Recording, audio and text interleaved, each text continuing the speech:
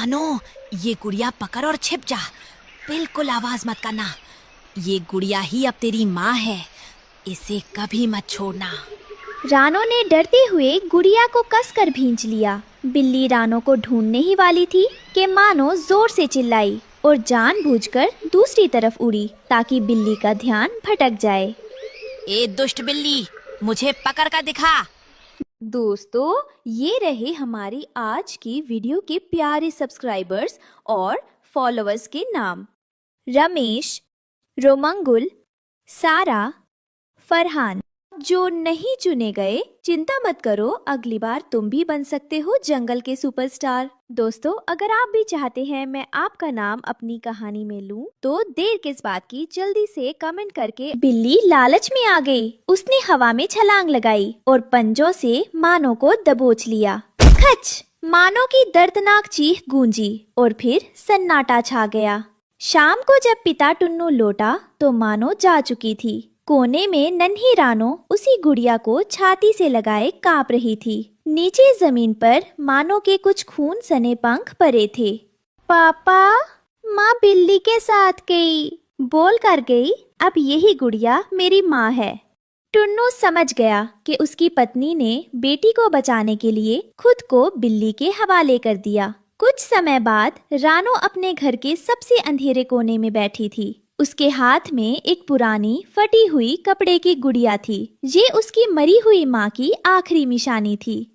माँ, आज मुझे बहुत भूख लगी है। सौतेली माँ ने मुझे खाना नहीं दिया, पर तुम मेरे पास हो ना, तो मेरा पेट भर गया।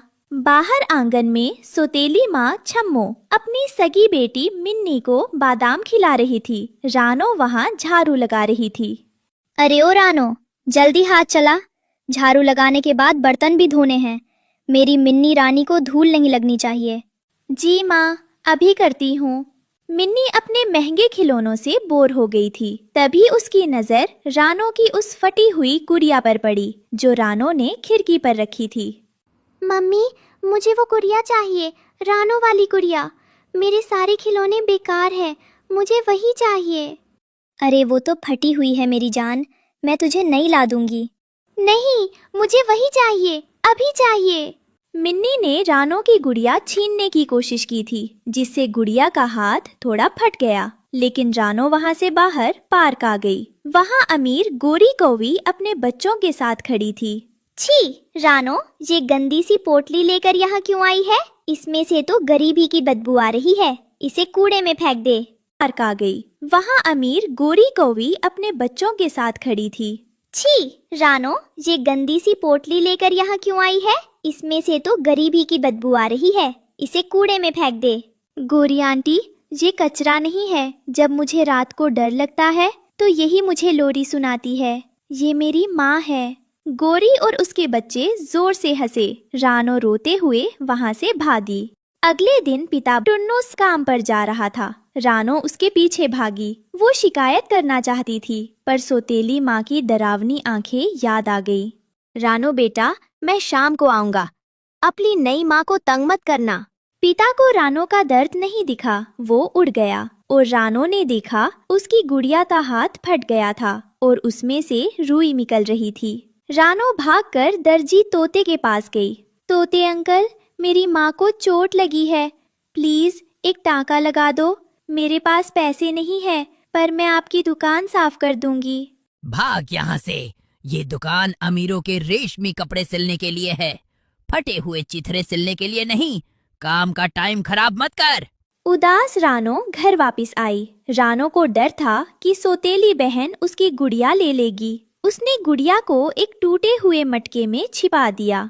तुम यहीं छिपी रहो गुड़िया, वो लोग तुम्हें मुझसे छीन लेंगे। तुम मेरी माँ हो, मैं तुम्हें किसी को नहीं दूंगी। वही मिन्नी अपनी जिद पर अड़ी थी और खाना नहीं खा रही थी। छम्मो को गुस्सा आ गया। छम्मो सौतेली माँ पेड़ की डाल पर आई। वह बड़बड़ा रही थी कि मिन्नी खाना नहीं खा रही। पड़ोसी कालू कौवा वहाँ बैठा था। कालू भाई, तुम सही कह रहे हो। आज उस गुड़िया का अंतिम संस्कार करके ही रहूंगी। छम्मो ने रानो का छिपाया हुआ मटका ढूंढ निकाला और गुड़िया खींच ली। रानो दौड़ कर आई और छम्मो के पैर पकड़ लिए। नहीं माँ, मेरी गुड़िया मत लो। यह मेरी सगी माँ की निशानी है। आप मेरे पंख ले लो, पर मेरी माँ को मत ले जाओ। बढ़ियाई माँ वाली, जब देखो माँ माँ करती रहती है। आज न रहेगी बांस न बजेगी बांसुरी।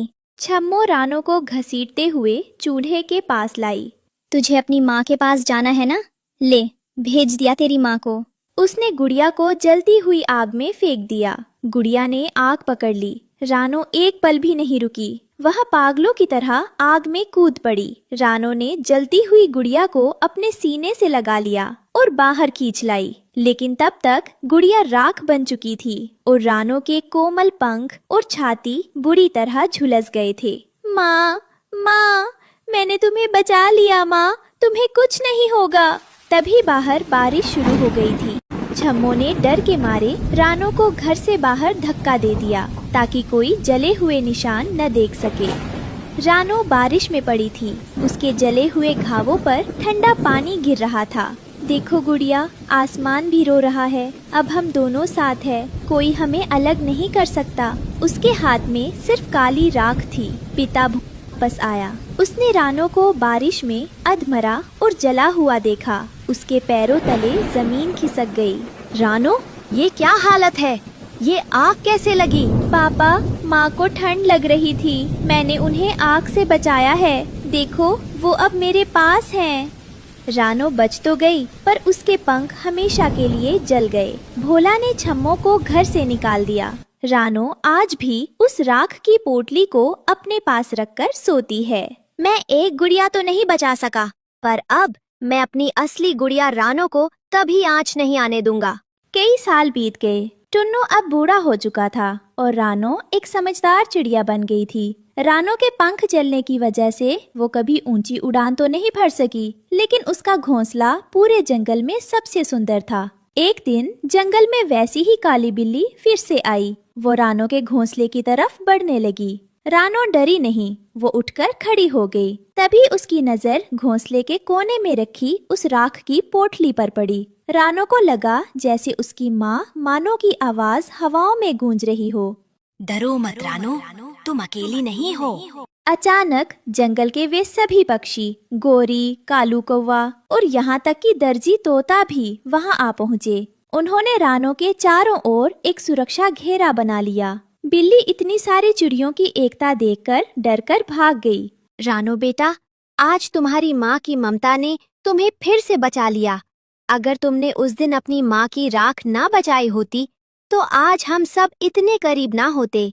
रानो ने उस पोटली को अपने सीने से लगाया। उसने महसूस किया कि उसकी माँ की यादें ही उसकी असली ताकत हैं। उसने उसी राख से घोंसले के पास एक छोटा सा पौधा लगाया, जिसमें लाल रंग के फूल खिले, बिल्कुल वैसे ही जैसे उसकी माँ के पंख थे। आज रानो उड़ नहीं सकती थी, पर पूरा जंगल उसकी माँ की कहानी सुनकर रानो के सम्मान ने अपनी उड़ान भरता था। इस कहानी से हमें सीख मिलती है कि खिलौने बाजार में मिल जाते हैं, लेकिन माँ की यादें और प्यार किसी बाजार में नहीं मिलता।